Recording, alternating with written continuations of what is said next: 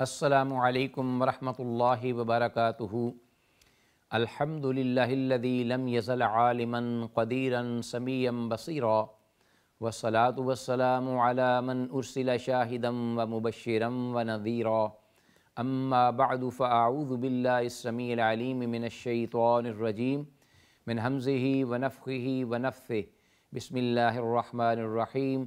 فبشر عباد الذین یستمعون القول فیتبعون احسنہ اولئک الذین ھداھم اللہ واولئک ھم اولو الالباب۔ ناظرین، پروگرام صوت ہادی لے کر حاضر خدمت ہوں اور دعا گو ہوں کہ اللہ تعالی ہم سب کو اس پروگرام کو سن کر سمجھ کر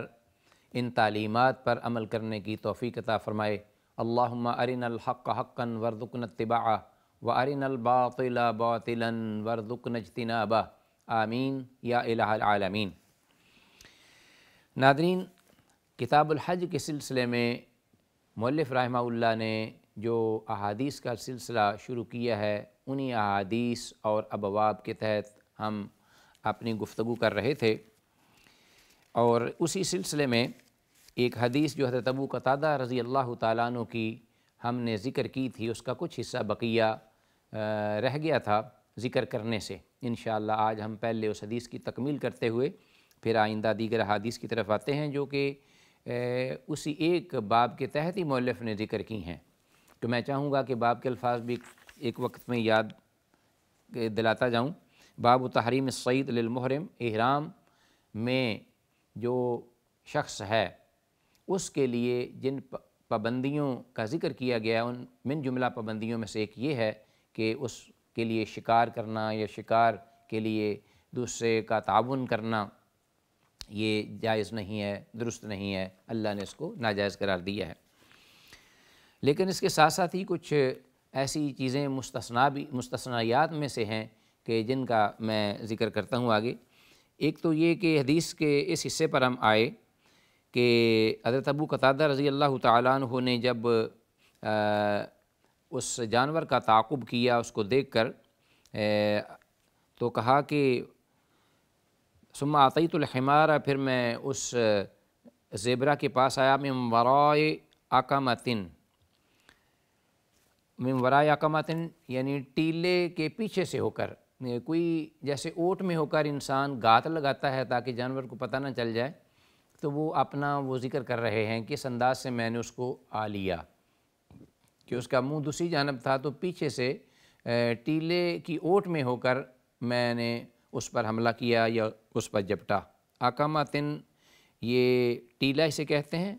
پہاڑی ٹیلہ ہو، مٹی کا ٹیلہ ہو، اونچی کوئی جگہ بنی ہو، تو اس کی جو جمع ہے وہ اقامن بھی آتی ہے، اقامات بھی آتی ہے، اور جمع الجمع بھی اس کی استعمال میں ہوتی ہے۔ جیسے رسول اللہ صلی اللہ علیہ وسلم نے ایک دعا تھی، اس میں یہ ذکر کیا تھا، بارش بہت زیادہ جب ہونے لگی، موسلا دھار اور رکتی نہیں تھی، تو آپ نے دعا فرمائی، اللہم حوالینا ولا علینا، اللہم علی الاقام، آقام جمع الجوامع، ٹیلوں پر، اے اللہ اب ہم پر نہیں بلکہ رحمت کی بارش بنا دے اس کو، اور ہم پر نہیں بلکہ ہمارے آؤٹسکرٹ یعنی ارد گرد میں ہمارے اس کو ٹیلوں پر، اللہم علی الاقام والجبال والعودیۃ ومنابت الشجرہ، ٹیلوں پر، میدانوں میں، اور جہاں بہت زیادہ درخت ہیں، ذخیرے ہیں، وہاں یہ اب بارش برسا۔ تو الاقام یہ جمع الجوامع، جمع کہتے ہیں اس کو، جمع کی جمع آگے۔ تو فَأَقَرْتُهُ کہتے ہیں کہ میں ٹیلے کے پیچھے سے ہو کے جب میں آیا تو میں نے اس پر حملہ کیا۔ فَأَقَرْتُهُ، أَقَرَ يَعْقِرُ، یہ لفظ آتا ہے، ذبح کرنے کے معنی میں بھی استعمال ہوتا ہے اور مارنے کے معنی میں بھی، ضرب یضرب کو وزن پر ہے، اور اس طرح بھی آتا ہے فَأَقَرَ الْإِبِلَ، کہا جاتا ہے کہ فلاں شخص نے اونٹ کو قتل کیا یا اونٹ کی کونچیں کاٹ دیں، جو پاؤں نیچے وغیرہ ہوتے ہیں وہ۔ قرآن مجید میں بھی اس کا استعمال ہوا ہے۔ فقال رسول اللہ ناقۃ اللہ وسقیاہا فکذبوہ فعقروہا، فقال لهم رسول اللہ ناقۃ اللہ سقیاہا فکذبوہ فعقروہا۔ حضرت صالح علیہ السلام جو ہیں انہوں نے ان کو جو بدبخت تھے اپنی قوم کے، ان کو اس سے ڈرایا کہ یہ اللہ کی اونٹنی ہے، اس سے بعد رہنا، کو انہوں نے جھٹلایا اپنے پیغمبر کو اور اس کی بات کو ریجیکٹ کر دیا، مسترد کر دیا اور اس کی کونچیں کاٹ دیں، پاؤں کاٹ دیے۔ فعقروہا فدمدم علیہم ربہم بذنبہم فسواہا، تو اللہ کی ناگہاں آفت ان پہ آ پڑی، عذاب آ پڑا۔ تو بہرحال یہاں ذکر ہے کہ میں نے اس کو آ کر پیچھے سے حملہ کر کے اس کو شکار کر لیا، فعقرتہ، زخمی ہو گیا اور پکڑ لیا۔ فَأَتَيْتُ بِهِ أَصْحَابِي، پھر کہتے ہیں کہ میں اس کو لے کر اپنے ساتھیوں کے پاس ہی آ گیا۔ وہ جو ساتھی ایک دوسرے کے ساتھ نگاہوں میں کچھ باتیں کر رہے تھے، تو میں ان کی ان باتوں کو سمجھ کر اس جانور کو دیکھ کر اس پر جپٹا، اس کا شکار کر کے ان کے پاس لے آیا۔ فقال بعضهم، بعض تو ان میں سے کچھ کہنے لگے کلو کھا لو، وقال بعضهم لا تاکلو، اور بعض دوسرے دیگر لوگ جو ہیں انہوں نے کہا کہ نہ کھاؤ۔ اب صحابہ آپس میں یہ خیال کر رہے ہیں، اس بارے میں تبادلہ خیال کر رہے ہیں، کیونکہ یہ معاملہ دین کا ہے اور وہ احرام کی حالت میں ہیں۔ کچھ صحابہ کا یہ خیال ہے چونکہ شکار کیا گیا جانور ہے اس لیے ہمارے لیے یہ کھانا جائز نہیں، لیکن بعض دیگر صحابہ انہی میں سے وہ یہ خیال کر رہے ہیں کہ چونکہ ہم نے شکار نہیں کیا، شکار کسی اور نے کیا ہے، اور یہ گوشت کی شکل میں اب شکار نہیں رہا، جانور نہیں رہا پورا، تو اب اس کو ہم کھا لیتے ہیں۔ اس طرح ان جو صحابہ کی گفتگو تھی ان کے مابین یہ اختلاف تھا۔ فاتحیت النبی صلی اللہ علیہ وسلم، تو حضرت ابو قتادہ رضی اللہ تعالیٰ عنہ کہتے ہیں کہ ان کے اس اختلاف پر، جو کہ اختلاف رائے تھا، تو میں اللہ کے نبی صلی اللہ علیہ وسلم کے پاس آ گیا، وہو امامنا، اور وہ ہمارے کچھ آگے جا چکے تھے، ہمارے ساتھ ہی تھے لیکن ہم پیچھے رہ گئے اور وہ ہمارے آگے چلے گئے تھے۔ میں پیچھے سے ان کو ملا، جیسا کہ دیگر آگے آنے والی احادیث میں اس کا تذکرہ ہے۔ فسألتہ، تو میں نے آپ سے پوچھا، فقال کلوہ حلال، آپ صلی اللہ علیہ وسلم نے جب یہ مسئلہ سنا، میں نے آپ سے یہ پوچھا، سوال کیا، تو آپ نے فرمایا کہ کھا لو، یہ حلال ہے، یعنی ان سے کہہ لو کہ وہ کھا لیں، کوئی حرج نہیں ہے اس میں۔ ناظرین، یہ جو حدیث حضرت ابو قتادہ رضی اللہ تعالیٰ عنہ کی ابھی بیان ہوئی ہے، اور اس سے پہلے جو ہمارے پاس حدیث گزری ہے پیچھے ہی صعب بن جثامہ لیسی کی، جن کا میں نے تذکرہ کیا تھا کہ انہوں نے اللہ کے رسول صلی اللہ علیہ وسلم کو ایک جانور ہدیہ دیا، اور وہ بھی ایک جنگلی گدھا تھا، پورا جانور تھا، مکمل، زندہ، صحیح سلامت، خوبصورت، موٹا تازہ۔ تو رسول اللہ صلی اللہ علیہ وسلم نے فوراً اس کو لوٹا دیا، ریجیکٹ کر دیا، اور کہا کہ ہم اس کو اس لیے نہیں لوٹا رہے کہ یہ جانور میں پسند نہیں، بلکہ اس لیے کہ ہم احرام کی حالت میں ہیں، اور احرام کی حالت میں یہ شکار جو ہمارے لیے جائز نہیں ہے، درست نہیں ہے۔ لیکن یہاں آگے یہ جو حضرت ابو قتادہ رضی اللہ تعالیٰ عنہ کی یہ حدیث، اور اس کے علاوہ اور بھی آگے کچھ احادیث آئیں گی، بلکہ صحیح بخاری میں ایک اور مقام پر یہ اس کا ذکر ہوا ہے کہ فَأَدْرَكْنَا رسول اللہ صلی اللہ علیہ وسلم، حضرت ابو قتادہ رضی اللہ تعالیٰ عنہ فرماتے ہیں کہ اللہ کے رسول صلی اللہ علیہ وسلم تو ہم سے آگے جا چکے تھے، اور صحابہ اور ہم اس معاملے میں اختلاف کر رہے تھے کہ آیا کیا اس جانور کا گوشت جو شکار کیا ہوا ہے ہمارے لیے جائز ہے کہ نہیں، کیونکہ ہم احرام کی حالت میں ہیں، صحابہ کرام دیگر جو ساتھی تھے۔ تو کہتے ہیں کہ میں نے رسول اللہ صلی اللہ علیہ وسلم کو، یہ ہم نے جب پا لیا تو فسألناہ عن ذلک، ہم نے آپ سے اس بارے میں سوال کیا، پوچھا۔ فقال، آپ نے فرمایا، معکم من شیء، کہ آپ کے پاس کچھ اور چیز بھی ہے، اس میں سے کوئی بچی ہوئی چیز بھی ہے؟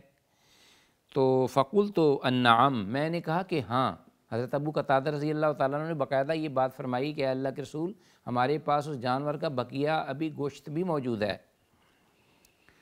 فناولتہ العضد فاکلھا،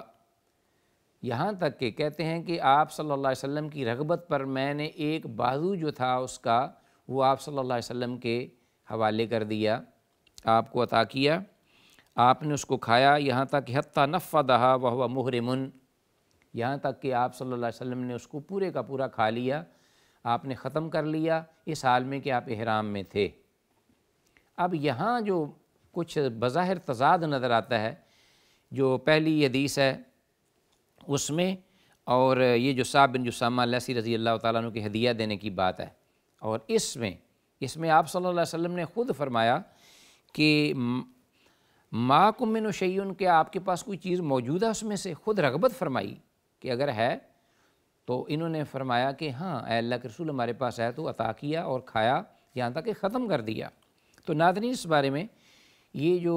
بظاہر ایک تضاد نظر آ رہا ہے، اس کا جواب میں چاہ رہا ہوں کہ آپ کو بتا دوں۔ اس کا جواب یہ ہے کہ آپ صلی اللہ علیہ وسلم دونوں حالتوں میں محرم تھے، احرام میں تھے، اس میں کوئی شک نہیں، لیکن ایک حالت جو تھی جس میں صحابی رسول صلی اللہ علیہ وسلم نے آپ کو ہدیہ وہ جانور دیا، وہ ہدیہ جو تھا وہ اس لیے جائز نہیں تھا کہ وہ مکمل ایک جانور تھا اور صحت مند تھا، تندرست تھا، شکار کیا ہوا تھا، اور پھر وہ آپ صلی اللہ علیہ وسلم کی ملکیت میں آنا تھا۔ تو اس صورت میں اگر کوئی محرم ہے تو شکار کیا ہوا جانور وہ اس کو دینا جائز اور درست نہیں، اور آپ صلی اللہ علیہ وسلم اس کو واپس لوٹا دیا۔ لیکن اگر اس شکار کی وہ جانور کی حیت بدل جائے، کیفیت بدل جائے، جبکہ وہ جانور صحیح سالم نہ رہے، تندرست زندہ جانور نہیں بلکہ گوشت کے ٹکڑوں کی شکل میں آ گیا وہ سامنے، تو اب وہ اس کی حالت نہیں رہی، اب اس میں وہ کھانے کی چیز ہے جو کسی کے ذریعے سے آپ کے پاس پہنچی، تو آپ صلی اللہ علیہ وسلم نے باقاعدہ یہ رغبت ظاہر فرمائی اور یہ فرمایا کہ اگر کوئی آپ کے پاس کچھ حصہ ہے تو آپ مجھے عطا کر دیجئے۔ انہوں نے دیا اور آپ صلی اللہ علیہ وسلم نے کھا لیا۔ تو اس صورت میں ایسی شکل میں شکار کیا ہوا جو گوشت ہے وہ کھایا جا سکتا ہے، جیسا کہ اس حدیث میں بھی آپ صلی اللہ علیہ وسلم نے حضرت ابو قتادہ رضی اللہ تعالیٰ عنہ کو صحابہ کے اختلاف کرنے پر یہ بات فرما دی کہ فقال کلوہ حلال، کہ اس کو وہ کھا لیں، وہ ان کے لیے جائز ہے۔ آگے آتے ہیں اسی باب کے تحت ایک حدیث جو بھی قدر تفصیل سے ہے اور اس میں بھی مفہوم یہی ہے، لہٰذا اختصار کے ساتھ اس حدیث کا ہم تذکرہ کرتے ہیں۔ کوئی اگر نئی چیز قابل وضاحت ہوئی تو انشاءاللہ اس کو گوش گزار کیا جائے گا۔ حدیث نمبر 744 744، جو کہ اسی باب کے ضمن میں ہے، باب تحریم الصید للمحرم، محرم کے لیے شکار کرنا کوئی جانور ممنوع ہے۔ حضرت ابو قتادہ رضی اللہ تعالیٰ عنہ سے ہی مروی یہ حدیث ہے، جو کہ عبداللہ بن ابی قتادہ جو ان کے بیٹے ہیں وہ اپنے باپ سے یہ حدیث بیان کرتے ہیں۔ قال، کہ میرے والد محترم یعنی ابو قتادہ رضی اللہ تعالیٰ عنہ، وہ انطلق ابی، ان کے بارے میں وہ کہتے ہیں کہ میرے والد چلے عام الحدیبیہ، حدیبیہ کے موقع پر، حدیبیہ کے سال، حدیبیہ کا جو واقعہ ہوا جس میں آپ جانتے ہیں کہ سن 6 ہجری میں یہ واقعہ ہوا تھا، اور قریباً اس میں 1400 اور بعد کے ہاں 1500 کے قریب صحابہ اکرام رضوان اللہ علیہم اجمعین نے شرکت فرمائی رسول اللہ صلی اللہ علیہ وسلم کی رفاقت میں، اور ایک معاہدہ طے پایا جو کہ قریش اور اہل مدینہ رحمۃ للعالمین اہل ایمان کے ساتھ تھا۔ تو اس واقعے کی طرف اشارہ کرتے ہوئے فرمایا کہ عام الحدیبیہ، حدیبیہ کا ہی سال تھا، فاحرم اصحابہ ولم یحرم، میرے والد ابو قتادہ رضی اللہ تعالیٰ عنہ نے خود تو احرام نہیں باندھا، لیکن آپ کے ساتھ جو دیگر اصحاب تھے، ساتھی تھے، انہوں نے احرام باندھ لیا۔ وحدث النبی صلی اللہ علیہ وسلم ان عدوا یغزوہ،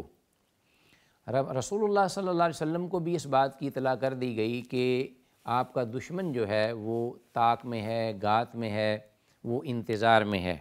تیار ہے کہ جب بھی اس کو موقع ملے تو وہ آپ پر حملہ آور ہو سکتا ہے۔ یہ بھی آپ صلی اللہ علیہ وسلم کو بتا دیا گیا۔ فانطلق النبی صلی اللہ علیہ وسلم، اللہ کے نبی صلی اللہ علیہ وسلم چلے، انہوں نے اپنا سفر شروع کیا۔ فبینما انا مع اصحابہ،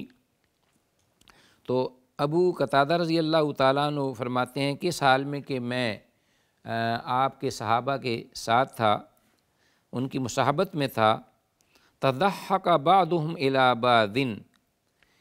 کہ